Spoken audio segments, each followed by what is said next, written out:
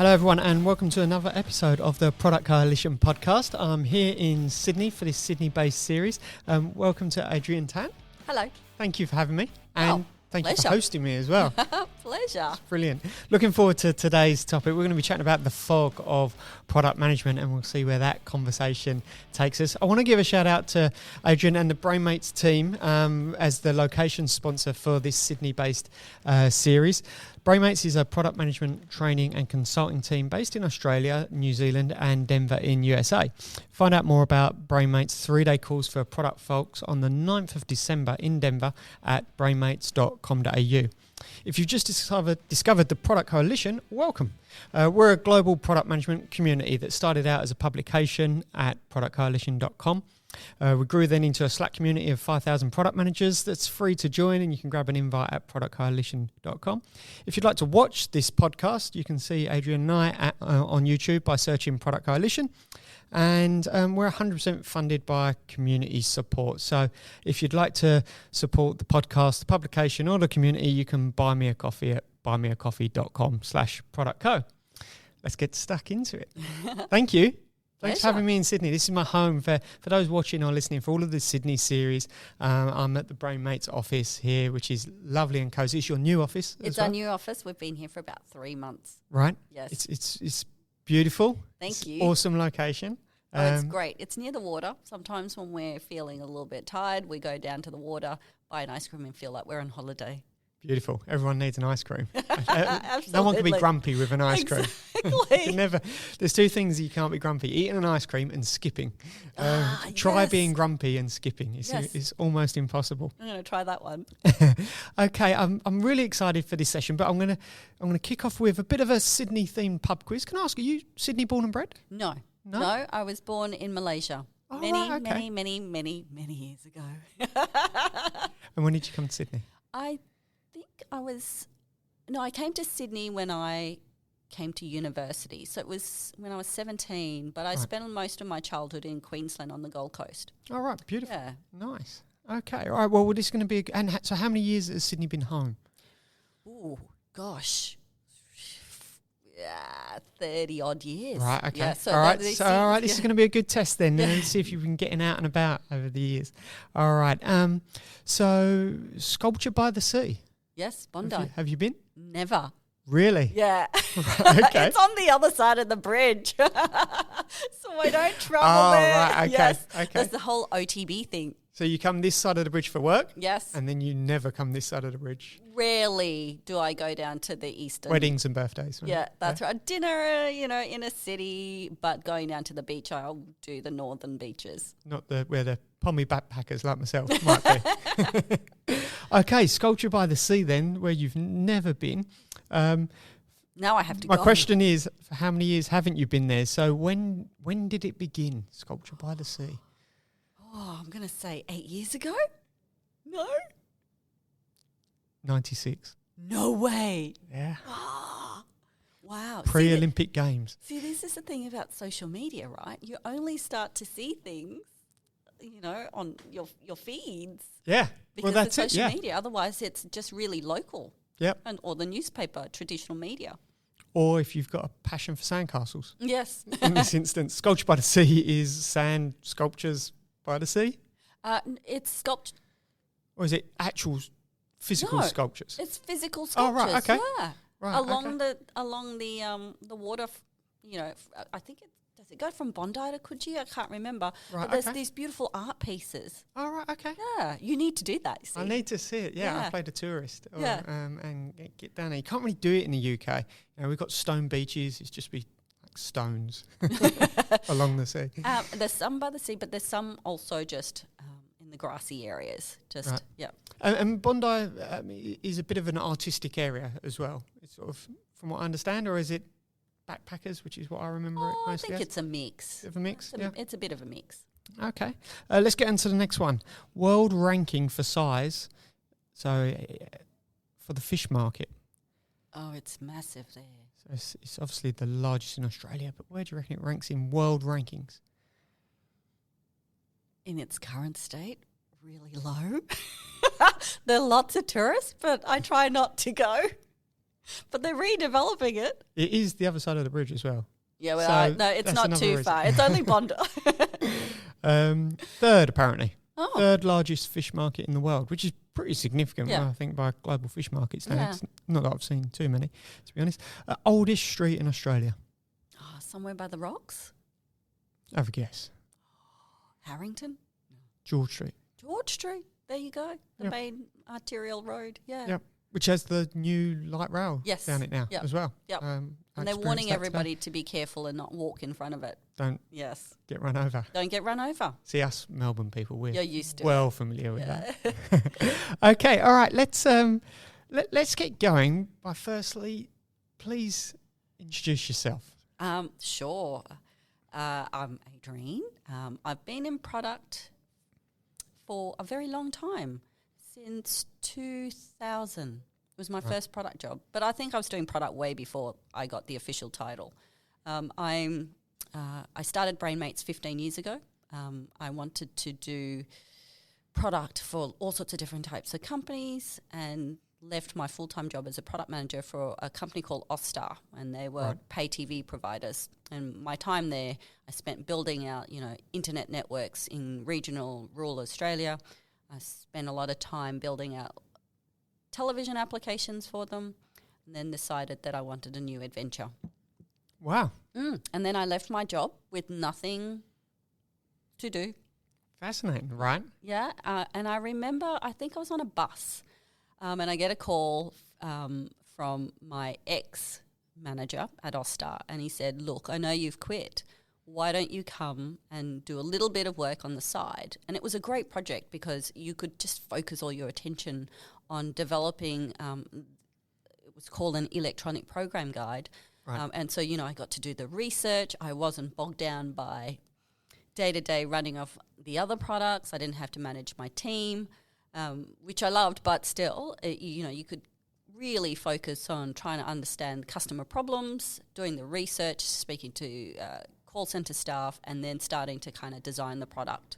Right, okay. Yeah, and that was in 2004. So from that point, then I thought, oh, look, I might have, an opportunity to create a business, and it started from there. Fascinating.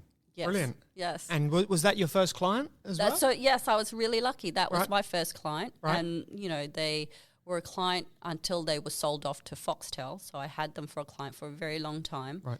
And then I started to kind of cherry pick, well, who else might need some product help? And it so happened that my second client was based in Paris, and they were suppliers to all the TV companies out in this region, so Australia and New Zealand and Asia. And I did a lot of the kind of product marketing work for them, so, making sure that their customers had the collateral, the value propositions correct, the pricing done in this region. Wow, okay. So that was my second client. And then it started to kind of grow from there. Nice. Yeah. Nice. And from I saw you open at Leading the Product. Leading the Yes. Product, for those listening around the world, is a conference, Melbourne and Sydney. Yes. And how long's Leading the Product as a product conference been going for? So it's been going on for 5 years. 5 years. And I Yeah. remember when you opened, you said about you started in your kitchen. I did. As well. I started my kitchen. I was staring at the wall going, oh my God, what am I doing? It was, and from there I thought, well, it's not sustainable being in the kitchen. So do you cast your mind back to 2004? It was a very lonely existence in the kitchen. And so I needed to kind of find friends. And my first office, you're going to love this one, was in a room full of in an office full of massage therapists. So they really? weren't product people at all. And they spend their time selling massages. And here I was trying to do some product work in the corner. Well, I can imagine that there would have been challenges back then that it's great to have a product mindset, but being a business owner and having to make bank and picking up the phone and creating business on a day-to-day basis, was that a new challenge for you as well? Oh my goodness, yes, Yeah, yes. Right. I was a nervous Nelly. It still is a challenge. Right. You've got to do so many different things, and you've got to be the marketer, you've got to be the salesperson, you've got to be the process person, you've got to be the cleaner, you've got to be the interior decorator. So you got to, you have a very multifaceted role. But one of the first pieces of advice that I got when I was starting my business, because I think product people generally don't sell naturally. They're so focused on doing a good job, understanding their customers, defining their vision, doing all of those things, and they put so much effort and time into it that we generally don't sell the things that we do. And so that's my kind of DNA. And selling any kind of service, any kind of product for myself was very difficult. Right. But I had someone tell me that if I don't sell it, then I starve. And I'm like, I don't want to starve. So what do I do? So then it took me 10 years to be comfortable even talking about the things that we offer. Right, okay. Yeah, wow. Well, it's completely different mindset. Completely different mindset. And so now I have, as a product person, a complete new appreciation for salespeople. Right, okay. Yeah. Interesting. Yeah, because it's a tough job. I don't know how they do it. I can ask, how's the proposition of product management as a consulting and training firm changed over 15 years? Massively. Right. Massively. We started off trading mainly on subject matter expertise. So people didn't buy product management per se. They bought my knowledge and understanding of television, of internet services. Okay. And so, they wanted support to augment their product teams, but they didn't want that product mindset thinking. They wanted the subject matter knowledge about, the product that we were working on. Right, okay. But it's only, so I think, so we've been in business for 15 years. In the first 10 years, it was a massive struggle to try and teach people about product management. And at Leading the Product, I said, well, in 2007, when we were trying to educate the market, we had 7 people turn up, and I thought, oh my God, that's so exciting to learn about product management. And now you can fill roomfuls of people wanting to learn about that. But so our business has shifted from augmenting teams because we had that subject matter knowledge to supporting businesses because we understand product management well. So now we go into any business, and what we bring is our knowledge of frameworks, tools, processes, product team structures, product behaviors and mindset, and we, that experience that we've had, we can then help companies shift and shape their teams and hopefully lift their capability. So it's very different what we sell then to what we sell now. Okay. And is the definition of product management changed over the same period as well? When you think about the seven people in a room all those years ago, to product management today can mean so much to so many different people in across different industries as well. Was it more precise, or was there more census back then, or was it as ambiguous as what it is today? It was ambiguous. It's still ambiguous now. That's never changed. And in my mind, I don't think product management as a function in a business has essentially, their core function is to really create value for customers and deliver some sort of benefits to business, whether it's financial or strategic value, it depends on the business.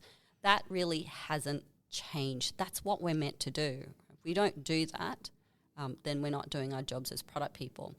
How we do it has changed. So the tools and the techniques that we apply have changed tremendously over the last 15 years. And, because of that kind of access to content and access to communication tools, devices, we are now more skilled and well-versed at applying these tools and techniques. More refined. We're more refined, but we have access to it. Previously, it would be hidden, on someone's intranet, in a book, on someone's desktop. So you couldn't share information. You didn't have it. So we didn't talk about it.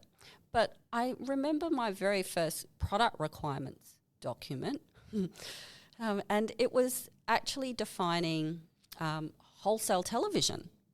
Right, okay. Yep. And so the perspective we took was to, apart from understanding who our users were and who our buyers were, because we were always mindful of that, we also spent a lot of time defining the service from when a customer, engaged to when a customer closed their account and everything else in between. So it wasn't just about the core product, which was TV. It was the service around the product as well, which is, well, what would their bill look like? And so we put a lot of definition around that. What would they receive when they called up? Do we service them 24/7 or do we service them 9 to 5? All of that was defined. Right. Fascinating. It was almost like, well, not almost, it was, and what we call today service design. Well, that's what I was going to say. Like it's those types of things. Truly understanding the context of how someone's consuming your product, for instance, and the connections to human-centered design and service design. And so, for you, these were practices and patterns that you were adopting 10, 15 years ago, way before they became New York Times bestseller books and things like that. And so, when you see these, you see these new kind of subjects pop up, then you're like, well, we were doing that a long time ago. We just didn't really classify it as service design. And, for us, it was making sure that ultimately that we were satisfying our customers. And we knew that when they had problems and they couldn't get help, that was when they were most unhappy. So a lot of work went into, well, how do we make sure that they're not unhappy? It was simple things. Right, okay. Maybe we've overcomplicated things. I don't know. Well, that's it. I suppose when there's any opportunity to make something fashionable, such as leveraging a book that's selling very well and coin a term, it will get adopted and then distributed in numerous different ways. How have you found finding people who want to work in this space and discovering where those people are? I think about 2004, it was like MySpace was probably the only sort of social connection that people really had. How have you found recruiting for people with the same mindset back then all the way through to now? What's changed? So in our business, how do we recruit? Well, we recruited product managers that I had worked with. So it's always through networks. In the 2000s, and we still do the same thing today. So we look for people that we know. We find people who have an interesting perspective, who look confident, happy to, stand up and share opinions. And in terms of our recruitment process, we actually put them through a team presentation. So we bring them in. So after several interviews and they appear to be a good fit, then we bring them in. We give them half an hour to go through a case study. They read it and then they have to prepare essentially a presentation in half an hour. So it's pretty brutal in half an hour. With nerves. And then they have to present to the whole team. Right, okay.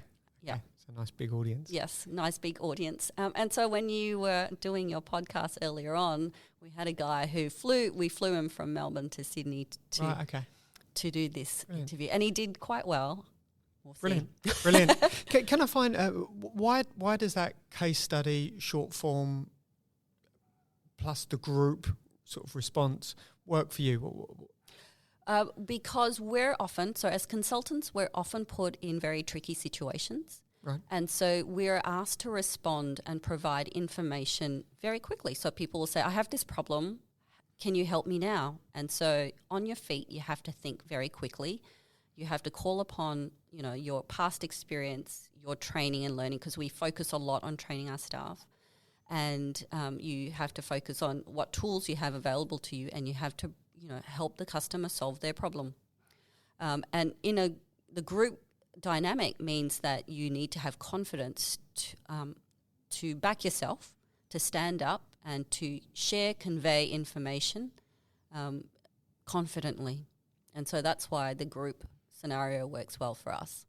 Brilliant. Okay, thank you for sharing that. I was going to ask, in that same situation, do you get clients pick up the phone and actually they're giving you a problem that they think is a product management problem that actually isn't a product management problem? Does it ever get confused, or is there ever problems they bring to you that you think, actually, I don't know if we can help there. I don't know if we're the right fit for solving that type of problem. So there are certain things that we don't do well. So things like if someone talks about pricing, for example, we'll say, sorry, we don't have the internal expertise to help you with your pricing issue. But most times people come to us by telling us the symptoms, that they're not, that there's friction in the team, their staff don't know how to do certain things, their product is not getting out the door. So they come with, symptoms of the problem. Right. And so we have to diagnose that. Just then I've had, the benefit of talking to all sorts of different clients today, and some of them come from, are as far away as Malaysia and Singapore. And so as you kind of build up that, your information repository, you then start to think, is it a product problem? Right. It could be a delivery problem. Sometimes it's an engineering problem. So as you learn more, you start to try and think, well, is this something that I can solve? And if it's not, then we do recommend that they get an agile coach, that they get a delivery manager. Right. Okay. Fantastic. Can I ask it with regards to the symptoms, has there been common trends over the period of time, common problems that people have been coming to you with? Yes. People come to us and they say, look, we're kind of unique. And when they tell us their problems, it's almost like, well, not really. Everybody seems to have this problem. Right. A lot of it is a people problem as opposed to a process product problem. Right. Sometimes we just don't know how to play well together. There's always lots of frictions between roles and responsibility, between different teams, so people come to us and they often express that, there's another group that's doing their work, a UX person's doing their work when it should be a product manager. Sales are driving the roadmap. You think that would be solved by now, but it's not. Technology is driving the roadmap. There are 3 different roadmaps around.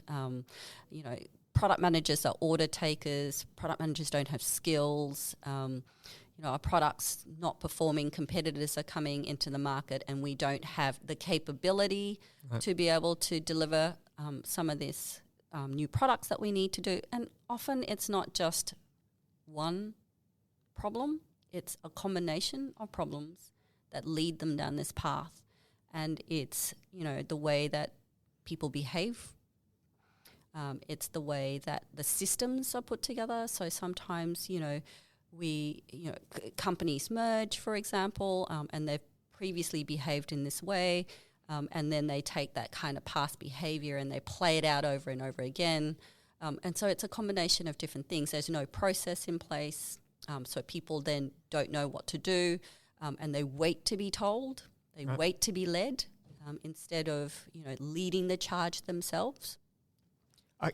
Everything you've just said there is perfect to justify why it is a fog of product management. There's so many variables and so much. I can imagine, particularly for someone like yourself entering a business that you may not be aware of until you're within that company. And yes. You're then learning either about more fog or you're getting more clarity on the problem as well. Yes, true. It's only when, so you can spend a lot of time, we do lots of interviews, we try and unpick and uncover, but we're very mindful that we get slices of information, right? So I get I get one perspective from one group, another perspective from another group. I think what we need to do, and it's not just us as consultants, but us as product people, is that we need to immerse ourselves in the system that we exist in to see how people navigate around it, what's occurring, how people transmit information, data, what exactly is happening,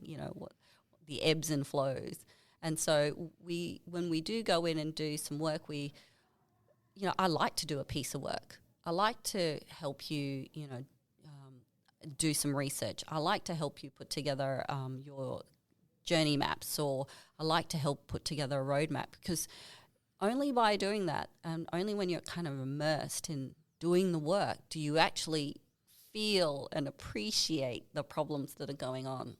So empathy building. Empathy building. Understanding context. Understanding context. Sort of using your tools of your trade, but for your own benefit. Yeah, absolutely. And so, we attend stand-ups, we run meetings, and we listen and hear. And we are kind of immersed in it. And so we also sometimes exhibit some of these, oh my God, I don't believe he said that kind of behavior because you're so involved. But then you step back and go, right, okay, I can see what's going on now. It's not a product problem, but it's the fact that we as an some of our clients haven't organized for product to succeed, probably haven't organized for, technology to succeed as well. Okay. Quite often there's terms, and one that springs to mind particularly at the moment is being product-led organisations, and every organisation should now be product-led. Can I ask, what does that mean to you with empathy for an enterprise in mind? What's product-led? So you're right. So, the foggy product management, that's another foggy term. Yep. Yeah. And I think it's something that conjures all sorts of different things in people's minds. But for me, product-led means having a product team who is autonomous, accountable and responsible for identifying customer value and turning, creating products that deliver on that value. Okay. Rather than being torn from and pulled from pillar to post to try and satisfy the needs of every different kind of stakeholder group in the business. That's not product-led. Now, there are some, negative connotations to the term product-led because it means that you're not thinking about your customers, but essentially product-led means also being steeped deep in your customers' problems and making sure that you solve problems that are of significant size and of severe enough pain that someone's willing to kind of exchange some value for it. What are common constraints that you would see around an organisation becoming product-led, and how would you address those types of constraints? Are they financial, people, process? I don't think it's financial. And the reason why I say that is because if you're product-led, you probably have, the idea is to generate more revenue, right, as opposed to less revenue. It's probably, in terms of finances, is about control. Who controls the money, who controls the purse string, and also the risk appetite and your risk profile, right? Do you trust your product people enough to make decisions that ultimately will cost you money because you are spending money, whether it's in resources or time or actual spend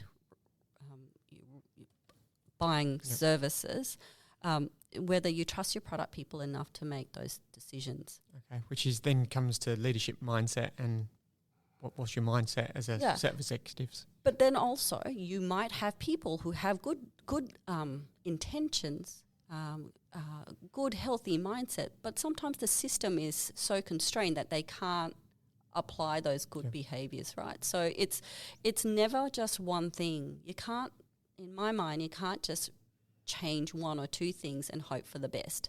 You can change one or two things, and sometimes people do kind of cycle through their product people. They think, look, the product team, they're order takers, they're not very strategic. They do whatever else, they do whatever people tell them to do, and they don't make decisions on their own, they don't lead. But then when you step back, that might be the case, but then you go, well, we don't have the systems in place because the last time they did that, we slapped them, we beat them, and after a while, they're not going to behave in the same way that we hope they'd behave. Can I ask, is there a common experience that, let's say product leaders say, we really need someone like Brainmates or a consulting firm to come in and help us out, and where you've repeatedly see that actually they could solve that problem themselves? They didn't need us. Is there anything that springs to mind on that? They can solve any problem themselves without us, right? We're not a magic pill. The difference that we bring is that we have we've seen it, this behavior in many, many different companies. So we have experience what they're experiencing, but not just in one area, but in multiple businesses. The other thing that we bring is that we bring independence, a voice of reason. We could say the same thing as the person who works in the business, but that message, our message will be carried further and will be heard because people think, well, we are independent. Yep. So they're buying that independence. Right. They're buying the experience, the knowledge of 20 years of practice and seeing what happens in business, and they're buying that independence. They're not buying anything else, right? Because I know just as much as you do. Yep. Yeah, and that's something a company internally will never have. You can have the finance, the people, the process, but you won't have the independence. Yeah, we could use the same tool, but people may believe me more if I present the same information using the same tool because they know that I'm not trying to get a pay rise. I'm not trying to help my mate out. I'm not doing any of those things. It's a weird. So as a perception of then you being a voice of authority, is there some common things maybe that product leaders could do to appear more as a voice of authority as an organisation without external help? And what are some of those types of things, do you think? Is it presentation style in meetings? Is it? So product leaders firstly need to stop doing some stuff. So right, okay. The saying things no. Saying stop doing past jobs. Okay. Yeah. So my view of how product leaders behave is that they get the job and they think, great, now I'm here to be a better product manager. When in actual fact, they're not there to be the product manager. They're there to be the leaders of the leader of product managers, and that is a different job, and that requires people to do things differently. So, sometimes when I go in as a head of product, my job is not to make the product. My job is to make sure that there are no, that there are no hurdles. My job is to break down barriers. My job is to, clear communication paths, do all those things instead of build product. And so product leaders need to remember that. They're not there to be the great product manager. They're there to be the leader, and that requires something else that's different. This completely validates something that was said in one of the other Sydney podcasts, Anthony Murphy, who comes from a military background. I love Anthony. Who talked exactly what you just said there, and the analogy he used from military experience was you're not telling your troops where to shoot and what to shoot. You're trying to manipulate the conditions to give them the best opportunity to succeed, and with all the variables that are in play constantly. Absolutely. And imagine if you had to tell everyone where to shoot, you would be running around frantically. And that's what's happening. People are running around frantically trying to be the hero in every possible situation, when actually they should be making their people the hero. And that means lots of coaching, lots of, teaching, mentoring, and giving them the right kind of structures to succeed. Difference there is not leading products as much, leading people a lot more. Absolutely. Brilliant. This has been great. Thanks. Thank you. We've flown through our time, by the way. I can keep talking, but let's stop. No, it's a good excuse to do another one. Yes. Let's do that. Thank you very much, Adrienne. Pleasure. And Thanks thank for you, having me. big thank you for everything you've done as well in the product community here in Australia and internationally as well. It's great, and the conference I just experienced leading product was tremendous. Thank you. Thank you for having me as well here in Sydney, down near Darling Harbour. We talked about Barangaroo price per square metre earlier as one of the pub quiz questions. Oh my goodness. $210,000 a square metre apparently, which is pretty much your chair. So beautiful location to be. Thank you very much everyone for listening as well. I hope you've enjoyed this episode of the Product Coalition podcast. I look forward to sharing another guest with you very soon. Thanks very much. Bye.